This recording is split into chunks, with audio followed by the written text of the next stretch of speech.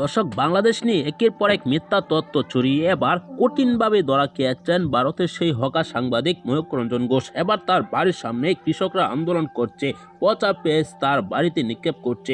অন্যদিকে শুভেন্দু অধিকারীকে পথে পেয়েই গণধোলাই দিচ্ছে সাধারণ জনগণ। এমনকি ভারতের ব্যবসায়ীরা তাকে জুতাপেটা করেছে। তিনি দৌড়ে থানায় গিয়ে আশ্রয় নিয়েছেন। এই ঘটনার পর তোলপাড় সৃষ্টি হয়েছে ভারত জুড়ে। আপনাদেরকে দেখাবো এই ঘটনা কিভাবে ঘটতে চলেছে। বাংলাদেশ ও ভারতের মাঝে যে উত্তেজনা তৈরি হয়েছে, এর মাঝে বাংলাদেশের ব্যবসায়ীরা এমনকি ভারতের ব্যবসায়ীরা এক হয়ে কিভাবে বিজেপিকে দোলাই দিচ্ছে।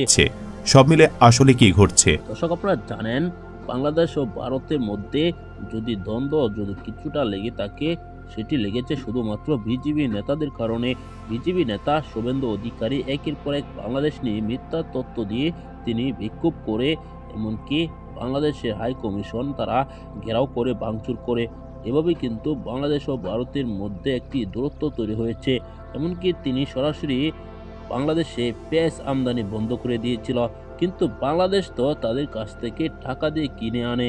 সেজন্যই ভারতের ব্যবসায়ীরা বিক্রি না করতে পেরে বাংলাদেশে তারা আন্দোলন করছে, পেঁয়াজ নিয়ে তারা কাদা চোরাচুরি করছে। ইতিমধ্যেই শুভেন্দু অধিকারী এমনকি ময়ূখ রঞ্জন ঘোষ যে হকার সাংবাদিক, তার বাড়ির সামনে আন্দোলন করছে। শুভেন্দু অধিকারীকে পেলেই ধুলাই দিচ্ছে।